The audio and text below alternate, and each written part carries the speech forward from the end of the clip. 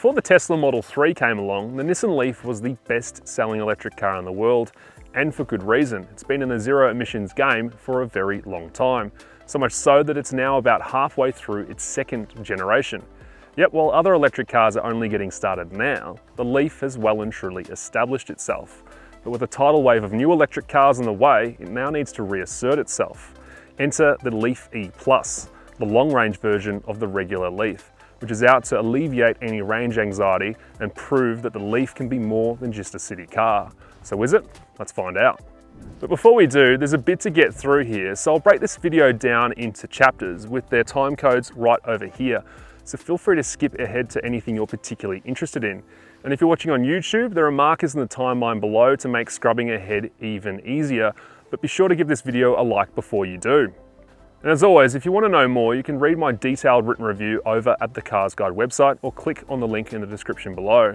And if you're not sure if the Leaf E+ is right for you, we've reviewed plenty of other electric cars. So if you want to stay on top of any new ones on the market, be sure to subscribe to the CarsGuide YouTube channel and tap the bell icon to get a notification every time we upload a new video review. Now, let's look at price and features.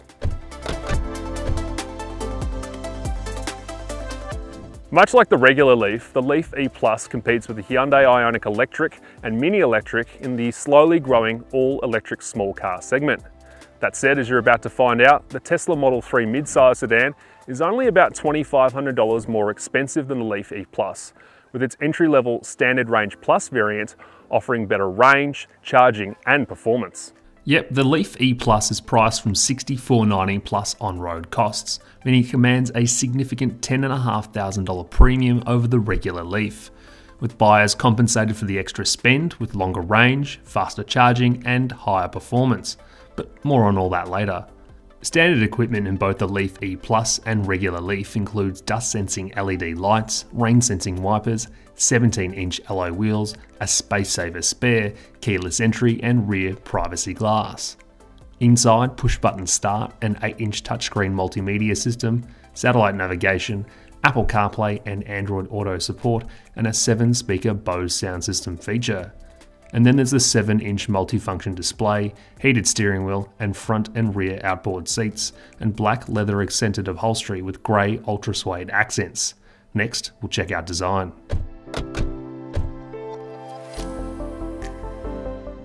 As far as electric cars go, the Leaf E+ doesn't exactly stand out from the crowd, but that's not necessarily a bad thing.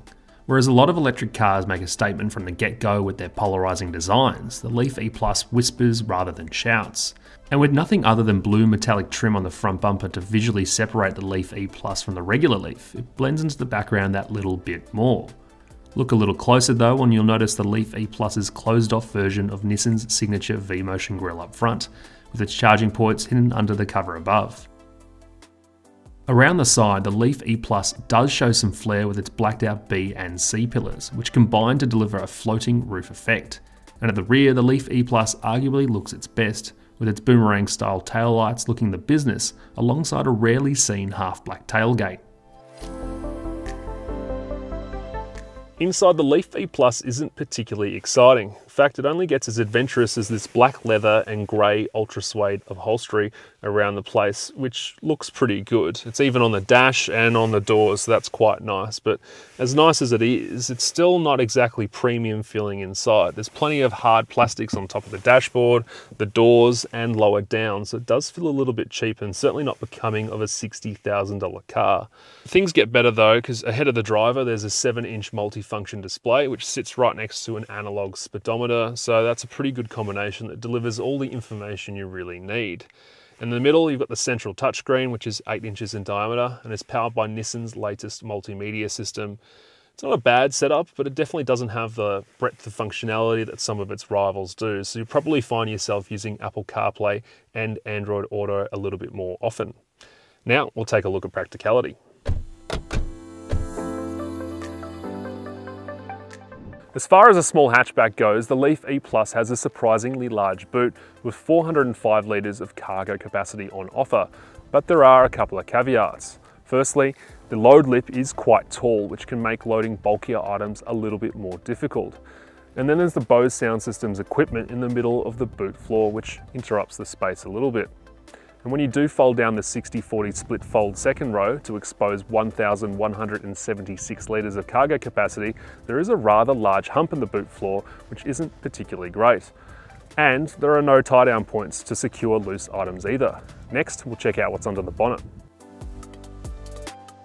Under the bonnet, the Leaf E Plus doesn't have a frunk or a fruit like other electric cars. Instead, its electric motor and other drivetrain components reside. So there's no additional storage space or anything like that. Next, we'll check out the second row. Here in the second row, the first thing you notice is the high positioning of the rear bench, and that's to do with the placement of the battery underneath the floor. As a result, rear passengers kind of tower over the driver and front passenger, which is a little bit weird. That said, you still get about an inch of legroom behind our 184 centimetre driving position and about an inch of headroom, which isn't too bad. And when you do want to have 3 adults across, you can, albeit it'll be a bit tight, but the central tunnel in the middle is quite tall, so there's not a lot of foot space to go around. And if you do want to fit child seats, there are 3 top tether and 2 Isofix anchorage points for doing so. But amenities-wise, there's not a lot else going on. There's no fold-down armrests with cup holders, for an example, or air vents in the second row, or connectivity options to speak of, which is a little bit disappointing. Next, we'll check out the first row. Here in the first row, things are a lot better. On the center stack, you've got a USB-A port, an auxiliary input, and a 12-volt power outlet. And just below is a cubby space that's perfectly sized for a smartphone. Further back in the center console, you've got a couple of cup holders and a small space here, which can probably fit the key. And then of course there's a central bin, but it's kind of awkwardly shaped and not particularly deep, so there's not a whole lot you can do with that. The glove box is better though. It's decently sized with enough room for the owner's manual and probably some other stuff too. And then the door bins can take a regular bottle each. Next, we'll look at the drivetrain.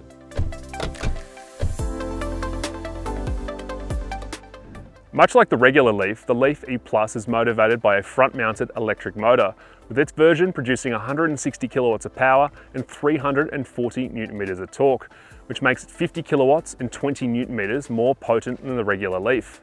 As a result, the Leaf E Plus is the higher performing of the two, with it sprinting from a standstill to 100 kilometers per hour in a warm 6.9 seconds, which is 1 second quicker than the regular Leaf. And yes, even the Leaf E Plus's top speed is 13 kilometers higher at 158 kilometers per hour. Now we'll look at energy consumption.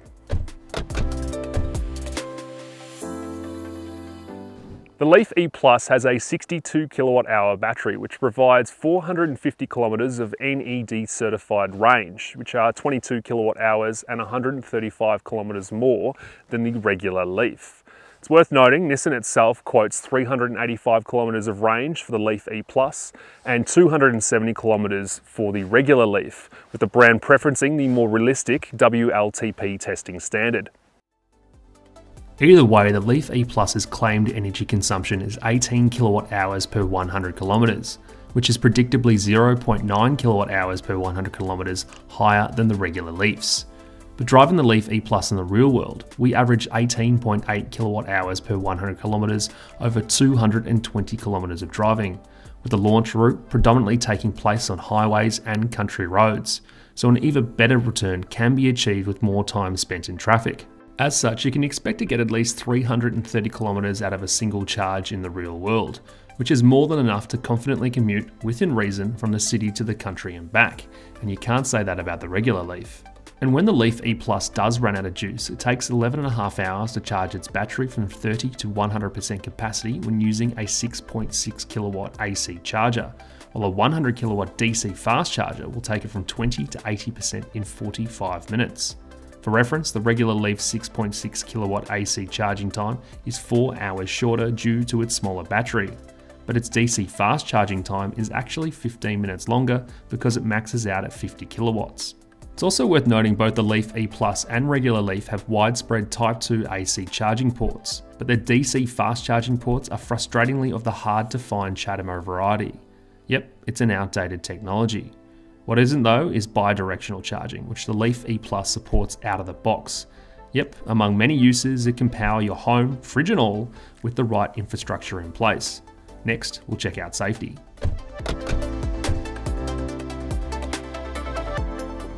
ANCAP awarded the entire Leaf range its maximum 5-star safety rating against its 2018 standard, meaning the Leaf E Plus still gets full marks from the Independent Safety Authority in 2021.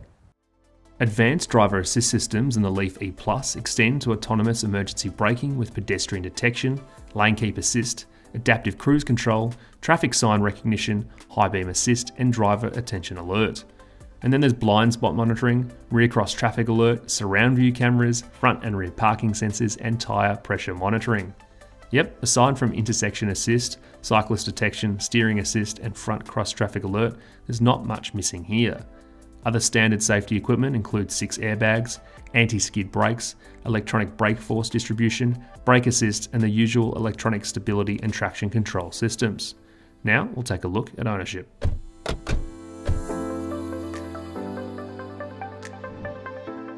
Like all Nissan models, the Leaf E Plus comes with a 5-year unlimited kilometre warranty, which is 2 years behind the no strings attached standard set by Kia. Of note, the Leaf E Plus also comes with 5 years of roadside assistance, while its battery is covered by a separate 8-year 160,000 kilometre warranty. And the Leaf E Plus's service intervals are every 12 months or 20,000 kilometres, whichever comes first, with the latter pleasingly on the longer side. Better yet, cap price servicing is available for the first 6 visits, costing $1,742.46 in total, or an average of $290.41, which is pretty good. Next, we'll check out driving.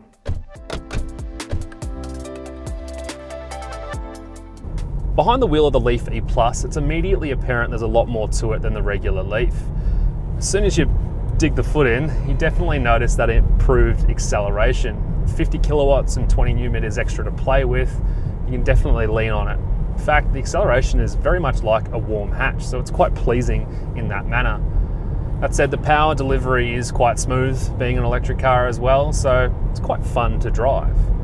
What's even better though is the e-pedal that the Leaf E Plus has. Essentially it allows one pedal driving, so rather than using the brake pedal you can just lift off the accelerator, and the amount of regenerative braking that occurs is quite aggressive, so much so that it can actually bring itself to a standstill while increasing the battery's capacity and therefore the driving range, so that's pretty handy too. Of course, there's more to the Leaf E Plus experience. Handling wise, it's actually pretty good. The battery is underfloor, so the center of gravity is quite low. So when you are punting it around, body control is actually not too bad at all. It remains flat through corners and it can be quite fun to punt along. Does get a bit of oversteer, of course, if you do push it hard, but generally speaking, it can be a little bit of a hoot to steer around. Speaking of steering, the steering itself is actually on the heavier side a little bit, but I kind of like that. It's not necessarily full of a lot of feel, but it's not too bad. Same can be said of the ride. Obviously you got a bit of weight to contend with being an electric car, so it is a little bit more firmer, I guess, in its tune.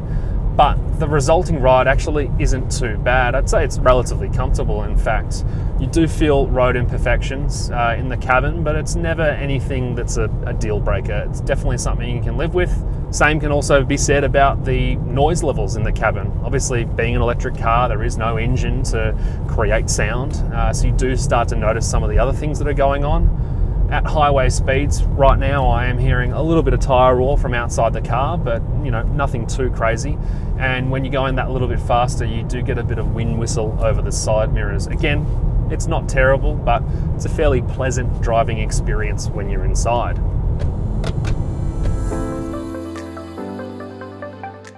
There's no doubting the Leaf E Plus is a massive improvement over the regular Leaf, with its longer range, faster charging and higher performance, making it a tempting option for electric car buyers in 2021.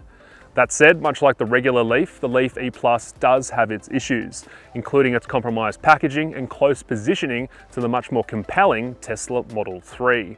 That said, the Leaf E Plus should still be above the regular Leaf on the shopping list of buyers looking for a relatively affordable electric car with enough range to drive in both the city and country. And don't forget, there's even more detail in my written review, including a breakdown of the overall score over at the CarsGuide website.